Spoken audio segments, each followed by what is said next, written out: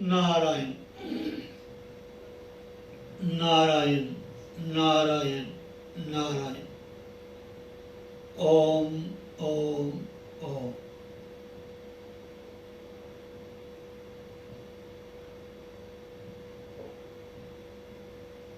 ध्यान मूलम गुरुर्मूर्ति,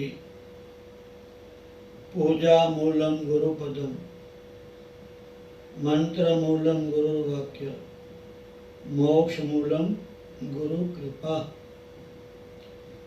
असतो मा सद्गम्य, तमसो मा ज्योतिर्गम्य, मृत्युर्मा अमृतम गम्य।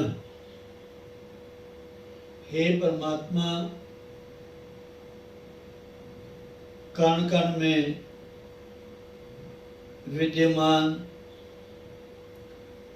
जड़ चेतन में, चराचर प्राणी मात्र में,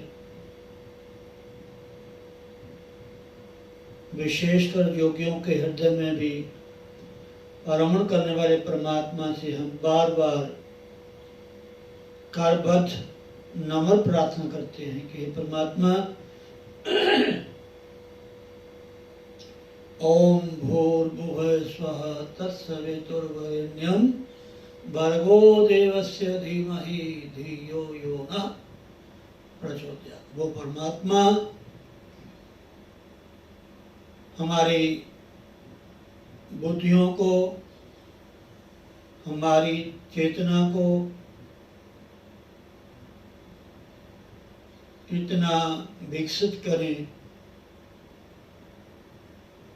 इतनी प्रेरणा करें कि सदैव ही हम उनका ध्यान करें और हमेशा के लिए हमारा जो चिंतन है, जहाँ भी हमारी आँखों की वो शक्ति है, जहाँ तक हमारी दृष्टि जाती है, क्योंकि हम संसारी जीव हैं, अल्पज्ञ हैं, जहाँ तक हमारे कानों में शक्ति है, जो भी आवाज़ हमारे कान सुन सकते हैं, जो हमारी वाणी है, जीवा है,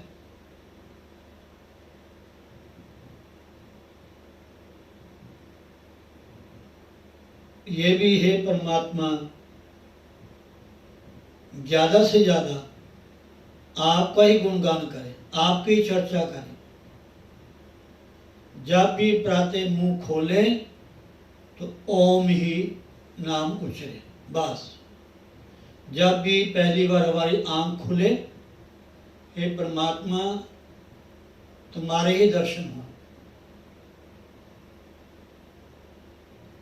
हमारे कानों में हमेशा आपके नाम की ही गुंजार होती रहे, उसी का शब्द हमारे भीतर कानों के माध्यम से हृदय में प्रवेश करे, हमारी वाणी आपका गुणगान करे, हमारे हाथ दान करें, पुण्य करें, सेवा करें, आपके दिया हुआ जो नाम है उनका सिमरण करें, और इन हाथों से जितना ज़्यादा हो सके परोपकार हो। ये सारा श्री है परमात्मा हमारे आपके ही प्रति समर्पित हो, बस। खाते पीते उठते बैठते सोते जागते हंसते खेलते कोई अवस्था है, बस आपको ना भूले हम। असुदो मा सद्गम्य, तमसो मा ज्योतिर्गम्य, मृत्युर्मा अमृतगम्य। बस हमारे में यही भावना हो।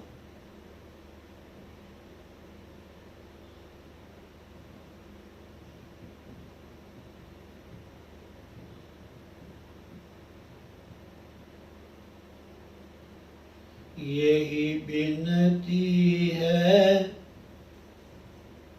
बारंबार रहे ध्यान ध्यान तुम्हारे चरणों में।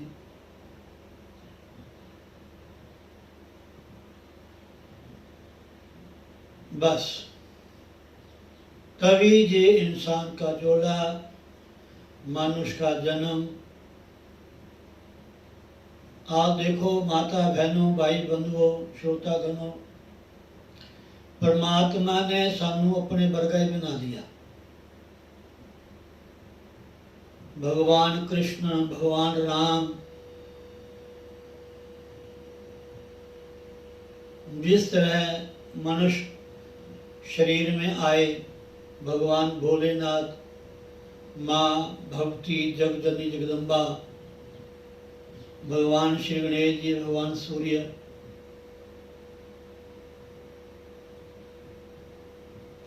बस हम इनका ही ध्यान करते रहे, इनका ही ध्यान करते रहे। ऐसी कृपा बनाए रखो प्रभु। बार बार बेनती करो, बार बार प्रार्थना करो, बार बार प्रेयर करो। भगवान से कुछ ना मांगो,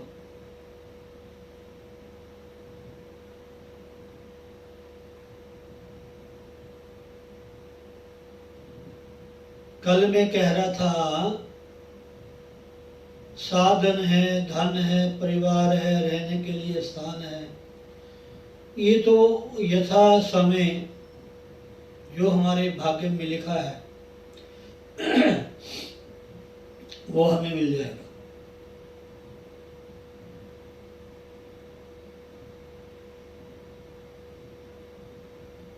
किसी न किसी आप योनि में, शरीर में जाओगे, वहां भी आपको यही मिलेगा। चाहे कोई भी रूप हो,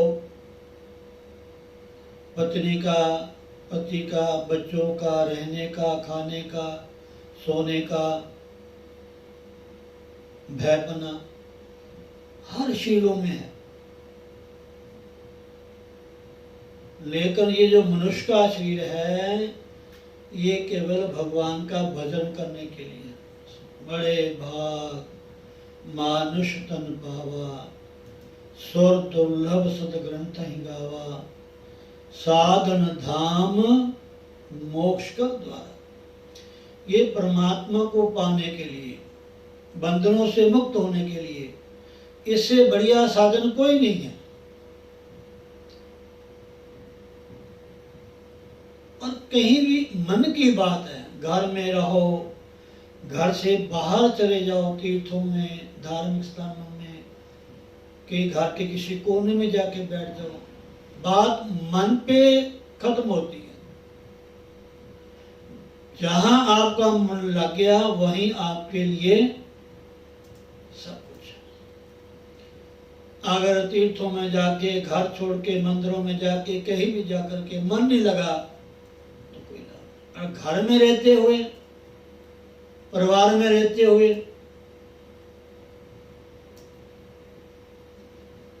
एक महारामायण ग्रंथ है जिसको योग वाशिष्ठ कहते हैं। मैंने अपनी जवानी में, आज से 40 साल पहले की बात है, ये सब ग्रंथ मैंने इनका स्वाध्याय किया हुआ है, श्रवण किया हुआ है। उसको योग वाशिष्ठ कहते हैं। उसका पहला चैप्टर है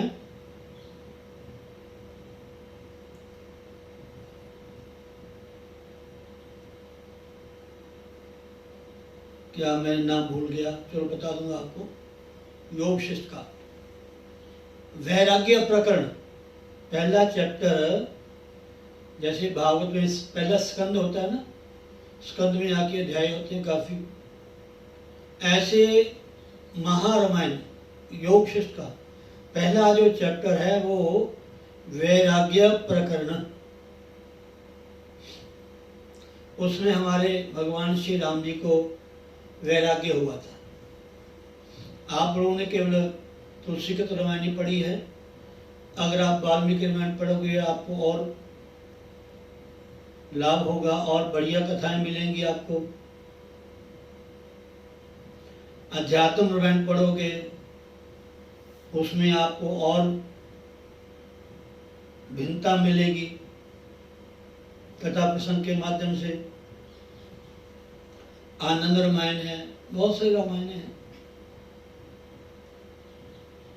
सब राम से संबंधित आपको कथा प्रसंग मिलेंगे, इतने बढ़िया मिलेंगे। आप सुन के, देख के, पढ़ के हैरान रह जाओगे कि हमने कभी पढ़ा नहीं। जैसे कभी आप आजकल जो सीरियल चल रहे हैं तो जो देखते हो कहते हैं तो ना जाने कहाँ से दिखा रहे हैं। मैंने खुद जब रामायण देखी आज से शायद 25-30 साल पहले, मुझे भी शंका हो गई थी। रावण ने माँ सीता को हाथ से पकड़ के ऐसे उठा करके अपने इस विमान में बिठा लिया। मुझे शंका हुई कि रावण ने ऐसे क्यों उठाया। जब मैंने वाल्मीकि रामायण पढ़ी, यूं कहते हूँ,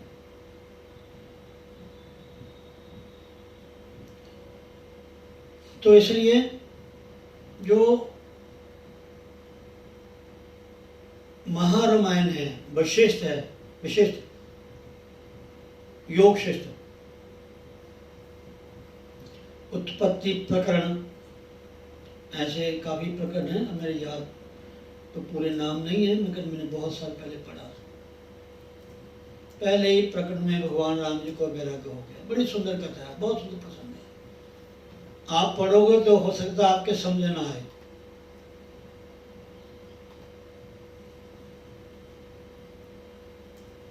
पहले संसार का बड़ा सुंदर वर्णन किया है।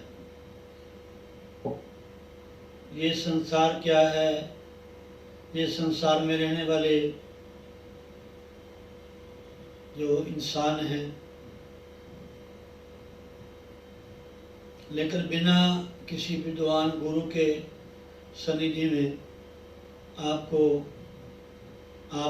मोहित हो जाओगे, भ्रमित हो जाओगे, आपसे दोष हो जाएगा। हमारे पुराणों में, ग्रंथों में ऐसे प्रसंग हैं जहाँ हमारी बुद्धि काम नहीं करती,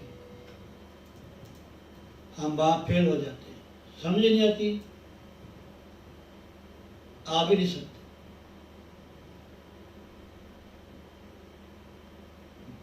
ये स्वयं भगवान ने ये लिखे हैं ग्रंथ, परमात्मा ने व्यास के रूप में। तो उसमें एक कथा आती है रानी चुड़ाला की। शायद उसके पति का नाम ऋषिकेश था। बहुत समय हो गया, कभी कभार मुझे स्मरण आ जाती है। मतलब मेरा कहने का, अगर भजन आपने करना है कहीं भी कर सकते हो, मन की बात है। या ये पता चल जाए कि ईश्वर क्या है, प्रकृति क्या है और जीव क्या है, तीनों चीजें। जीव हमारा जो शरीर है, इसमें जीवात्मा जो निवास करती जीव रहता है, वो क्या है। इसके मध्य में जो प्रकृति है वो क्या है, और आगे ईश्वर जो ब्रह्म का ही चिदाभास है, ब्रह्म का ही साकार रूप कह लो, और जीव और परमात्मा के, जीव और ईश्वर के बीच में माया है। बस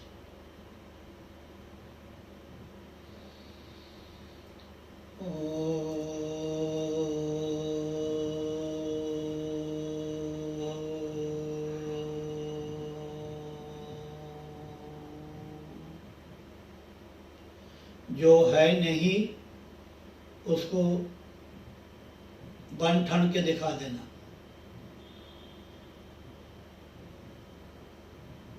बढ़िया सा लिपा पोती करके सामने हाजिर नाजिर कर देना, और उसी को हम बस कहते हैं वाह बड़ा सुंदर है।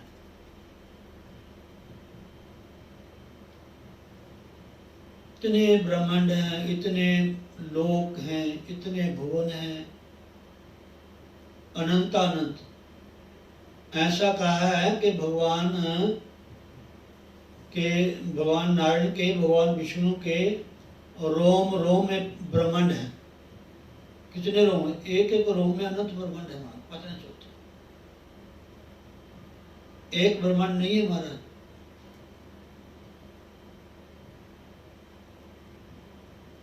एक बार ब्रह्मा जी को माया ने घेर लिया कि मैं ही ब्रह्मा हूं, मैं ही सृष्टि को बनाने वाला हूं।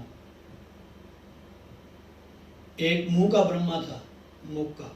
वैसे 4 मुख के ब्रह्मा हैं। जब वहां भगवान विष्णु के पास गए, अभी उनको प्रणाम ही करना चाहते थे, 2 मुख के ब्रह्मा आ गए, 3 के आगे, 4 मुख के, 5 मुख के, हजारों मुख के ब्रह्मा आके चले गए नारायण को प्रणाम करके। ब्रह्मा जी ठंडे हो गए, इतने मुख के ब्रह्मा।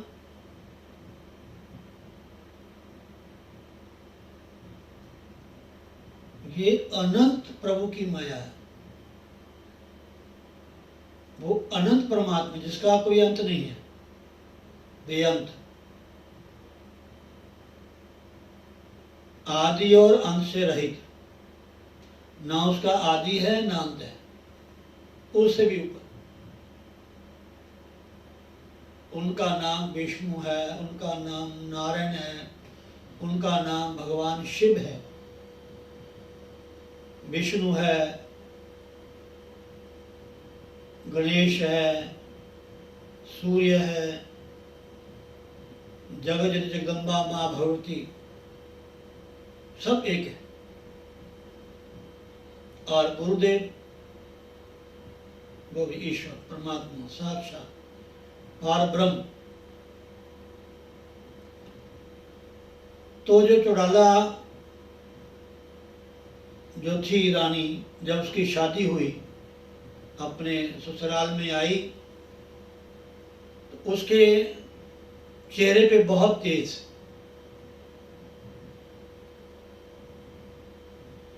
जो परमात्मा के द्वारा दिया हुआ प्रसाद होता है, वो कुछ और ही होता है। भक्ति से आप देखना ना, कार्तिक मात्र में सत्यभामा ने पूछा कि प्रभु मैंने कौन सा ऐसा अच्छा कर्म किया है जो मैं आपकी पटरानी बनी, आप हर बात मेरी मानते हो। तो कार्तिक मास में लिखा है, जो पूरा कार्तिक मास, कई तो ऐसे पूरे आजीवन ही कार्तिक व्रत का संकल्प लेते हैं, माघ मास का संकल्प लेते हैं, वैशाख मास का संकल्प लेते हैं, श्रावण मास का संकल्प लेते हैं। पूरे श्रावण महीने हमने कोई जूता चप्पल नहीं पहननी या अन्न ग्रहण नहीं करना, फल के द्वारा ही हमने पूरा महीना भगवान शिव की आराधना करनी है। अब जितनी समर्थ है जो भी आप कर सकते हो, बैठे नाम जपें नमः शिवाय का।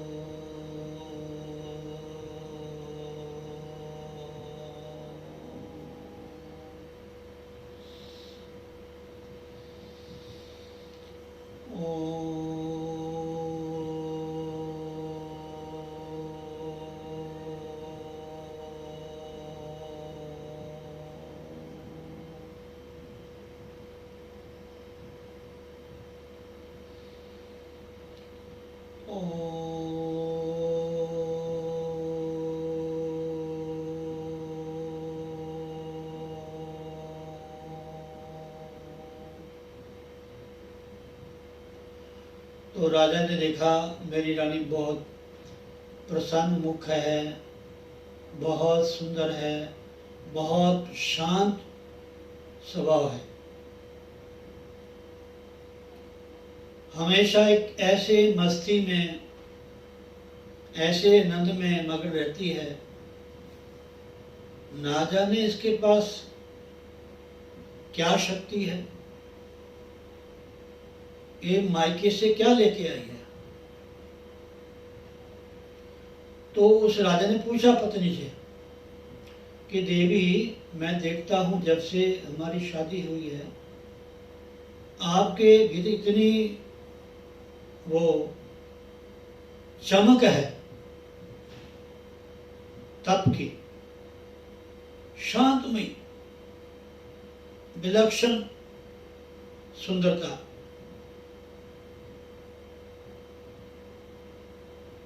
कोई भी किसी प्रकार की मलिनता नहीं। तो रानी चौड़ाला, उसका नाम चौड़ाला था, वहां लिखा हुआ है। उसने कहा पतिदेव, मेरे मायके में जो मेरे पिता थे राजा, उनके वहाँ संत आते थे महात्मा, तो नित्य प्रति हमारे घर में सत्संग होता था, कथा कीर्तन होता था। तो मैं भी छोटी होती ही सत्संग सुनना, कथा सुननी, कीर्तन करना, संतों की सेवा करनी, बस ऐसी मुझे लगन लगी बस। और महाराज वो सिद्ध पुरुष हो चुके थे। साधना करने से, नित्य प्रति साधना सत्संग करने से कुछ छोड़ना नहीं पड़ता, अपने आप छूट जाता है। जैसे बच्चा है, जब बड़ा होता है तो उसको जो बचपने की जो हरकतें हैं ना, उसकी जो भी हैं लीलाएं हैं, छोड़नी नहीं पड़ती, अपने आप छूट जाती है। अपने आप जो अवस्था बढ़ती जाती है, जो पीछे की अवस्था छूट जाती है। बचपन, प्रौढ़, जवानी, अपने आप छोड़ना नहीं पड़ता। फिर वो खिलौने खेलने नहीं पड़ते, उनसे मन अपने आप ही उपराम अलग हो जाता है। कुदरत है, प्रकृति का नियम है। जब साधना करोगे आपको संसार छोड़ना नहीं पड़ेगा। संसार आपको बंधन नहीं लगेगा, बुरा नहीं लगेगा, बड़ा अच्छा लगेगा, उससे अच्छा लगेगा। जैसे घर परिवार हमें अज्ञानता से, भ्रांति से, ये हमें कभी कभार हमारी शांति को भंग करता है, कभी कभार हमें ये अच्छा नहीं लगता, कुछ भी होता है। जब इंसान नित्य प्रति सत्संग करता है, भजन करता है, कीर्तन करता है, कथा श्रवण करता है, धीरे धीरे अपने आप इसमें जो नेगेटिविटी है ना, वो अलग हो जाती है। पॉजिटिव जो चीज है, से ही जो है संसार का स्वरूप, संसार को बनाने वाला, संसार के हर वस्तु व्यक्ति में रहने वाला परमात्मा हमें नजर आता है। घर, मंदिर, जो घर बंदर का कान बनता ना, वाह, घर इतना बढ़िया घर है, आनंद। घर ही तीर्थ बन जाता है, घर ही मंदिर बन जाता है। और घर में रहने वाले सदाचारी हों, सत्संगी हों, मीठा बोलने वाले हों, उनके भीतर सहन शक्ति हो,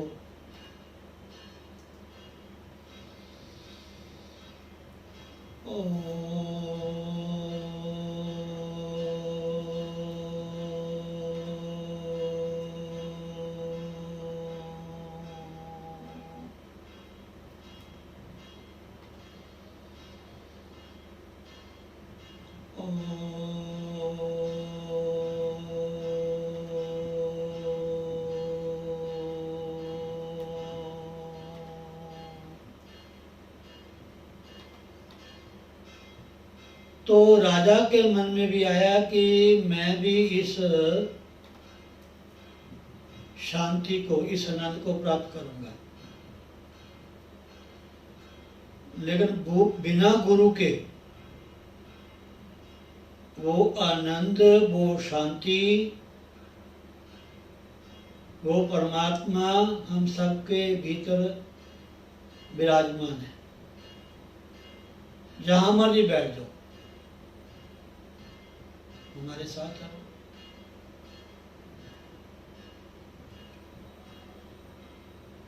उसके मन में क्या आया, एक दिन रात को अपनी घरवाली रानी को छोड़ के चला गया राजा शिखीध्वज। जब उसने ऐसी बातें सुनी कि मैं भी शांति को प्राप्त करूंगा, ये घर है, ये पत्नी है, ये है राजपाट है, ये बंधन का कारण है, भजन ही जहाँ तक कई लोग कहते हैं ना घर में भजन नहीं होता, वो ही कहते हैं जो सत्संग नहीं करते। घर में परिवार में उन्हीं का मन नहीं लगता जिन्होंने कभी भगवान का नाम लिया ही नहीं, जिन्होंने अपने जीवन में कभी सत्संग किया ही नहीं, भगवान के नाम का स्मरण किया ही नहीं। आनंद ही आनंद बरस रहा बलिहारी ऐसे सतगुरु की, आनंद ही आनंद बरस रहा बलिहारी ऐसे सतगुरु। आप पास बैठे ही गुरु के पास, उनका ध्यान करें। आप भी वो किसी पंजाबी ने गाना भजन गाया है ना, ओ ना जाई संतां दे बेड़े तेनू संत की, क्या मस्ताना बना देंगे, ऐसा गाते हैं ना जाई संतां दे बेड़े तेनू संत बना देंगे, ऐसा गाते हैं। नारायण नारायण नारायण, ये लगन है। तो राजा घर बार छोड़ के रात को रानी को छोड़ के जंगल में चला गया। उन्होंने क्या किया, अपना वस्त्र बिछाया आसन, और इतना कर कोपील बन ली और माला हाथ में झोली और पानी का पात्र ले लिया पीने का, जैसे हम लोग साथ में लेके जाते। अब जब रानी सुबह उठी देखा तो पतिदेव है ना। अब उसने सोचा ना जाने कहाँ चले गए मुझे छोड़ के। तो रानी तो योगिनी थी, तपस्या की उसने मायके में, बचपन में, जवानी में साधना की हुई थी। अच्छा कि सत्संग ऐसा है महाराज, अगर रोज सत्संग अटेंड करो ना, आपको और साधना करने की जरूरत कोई नहीं है। सत्संग एक ऐसी साधना है, सत्संग एक ऐसा साधन है इसमें सब कुछ मिल जाता अपने आप ही।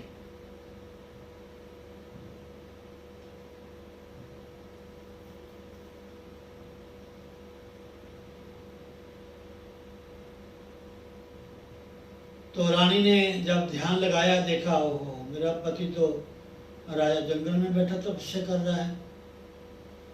उन्होंने कहा अब क्या करूं, अगर इस रूप में जाती हूं तो वो मुझे अपनी पत्नी मानेंगे, रानी मानेंगे, मेरी बात को मानेंगे नहीं।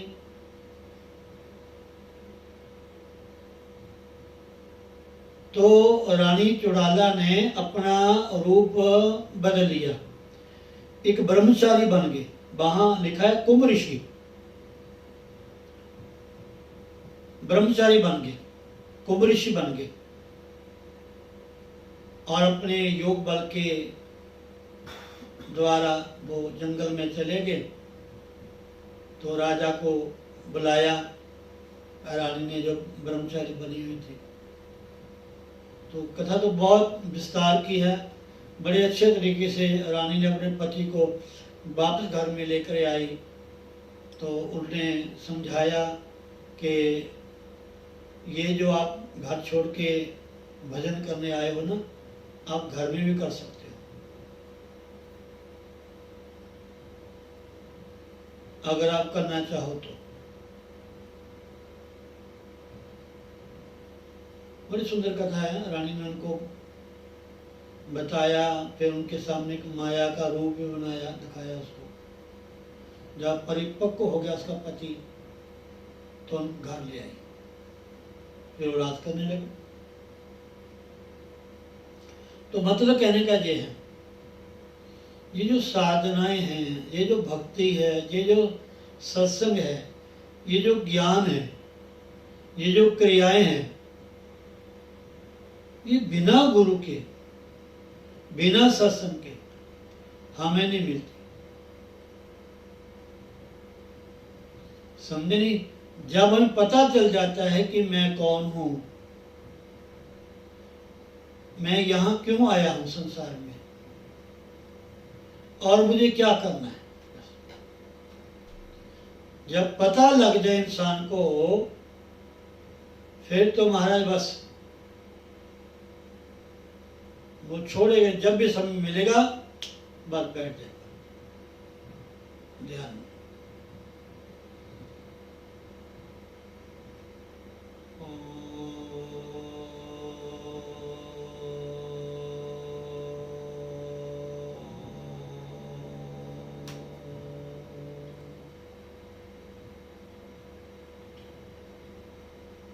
हमें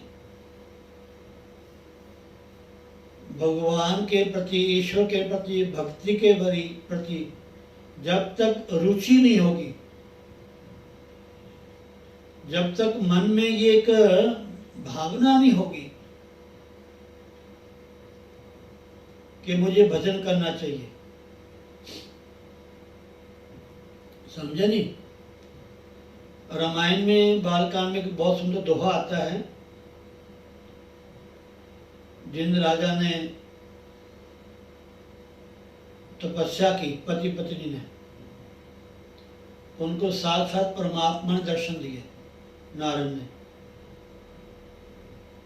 और भगवान ने कहा कि आपको क्या चाहिए। उन्होंने कहा कि हमें आप जैसा पुत्र चाहिए, बेटा चाहिए।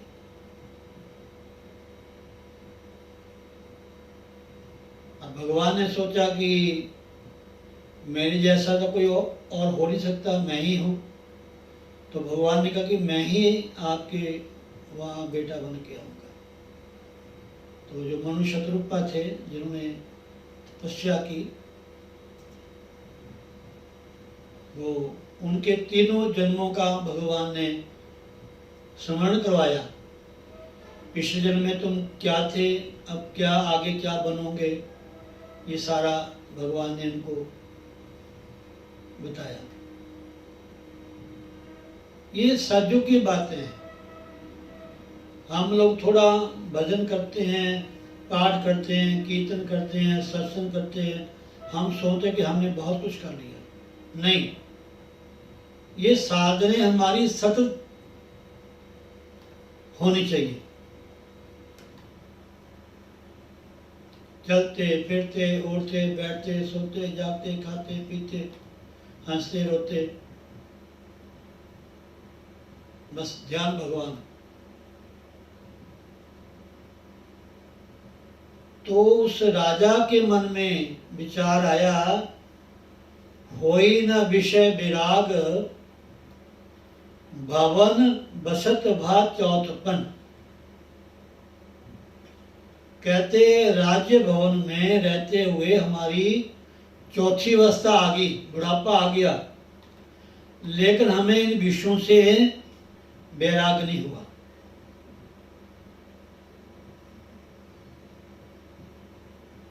इन विषयों में आसक्ति है, बेटे की, बेटी की, ये हो जाए, वो हो जाए, ऐसा हो जाए, वैसा हो जाए। जब बच्चे का काम करने लग पड़े, काम संभालें, तो माता पिता को चाहिए संन्यास ले लें। संन्यास का मतलब ये नहीं घर पर छोड़ के कहीं चले जाएं, घर में रहते ही रिटायरमेंट ले ले। बस बच्चों को भाई करो काम, हम भजन करेंगे। और हमें तो पता नहीं कितनी, ये कर लें, वो कर लें, ये कर लें, वो कर लें, ये कर लें, वो कर लें, उतना फंस जाते हैं। फिर कहते हैं हमें गुरु पार लगाएगा। गुरु कैसे पार लगाएगा? गुरु तब पार लगाएगा जब गुरु की तरफ हमारा ध्यान होगा, गुरु की हमने कभी सेवा की है, उनकी आज्ञा का हमने कभी पालन किया है, कभी गुरु के चरणों में रह करके हमें महीना, 2 महीने, साल, 2 साल गुजारे हैं, फिर तो गुरु थानू पार करूँगा। वही थोड़ा थानू पार करूँगा, मैं सोच रहा हूँ गुरु पार करूँगा, गुरु पार करूँगा, ऐ तो सारे पार हो जाएंगे। ना ना ना ना ना, सेवा, सत्संग, सुमरन, सबसे पहले सेवा। सेवा करना सीखो गुरु स्थान में जाकर के। ऐसे तो गाने वाले बड़े बड़े भजन गाते हैं, हम भी गाते हैं, हम भी सुनाते हैं,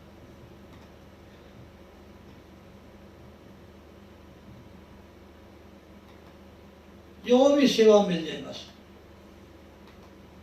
देखो बेलनी ने गुरु की बात मानी, भगवान आ गए। अगस्त ऋषि के शिष्य तीक्ष्ण गुरु की बात मानी, भगवान आ गए। भगवान को खुद लेकर के आश्रम में गुरु के पास आए। ये गुरु भक्ति है। ये मत सोचना कि हम कलयुगी जीव हैं, हम संसारी हैं, ये है वो है, ये सब बहाना है और ये वहां नहीं चलेगा। भगवान ने हमारे लिए कोई कमी नहीं छोड़ी, किसी प्रकार की भी। आप लोग सब जानते हैं, मानो चाहे ना मानो, मान जाओ भले, अब मान जाओ, नहीं मानोगे तो ना जाने क्या बनना पड़ेगा। कर्म की सांकली तो हमारे गले में पड़ी जाएगी, तैयार है।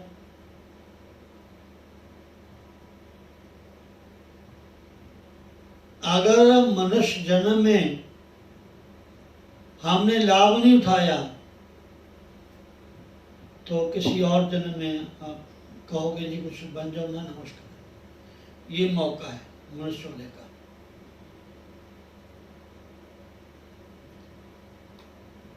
तो राजा के मन में विचार आया कि होई ना विषय बैराग, भवन बसत भा चौथपन, हृदय बहुत दुख लाग। हृदय बहुत दुख लाग, जन्म गयो हरि भक्ति बिन। देखो,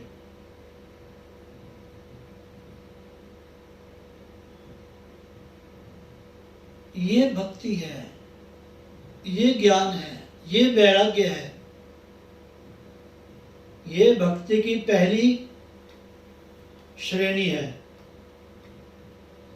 भजन तो हम बहुत गाते हैं, समाधि ध्यान बहुत लगाते हैं, कथा कीर्तन बहुत करते हैं, लेकिन बाही के बाही, घूम फिर के फिर बाही।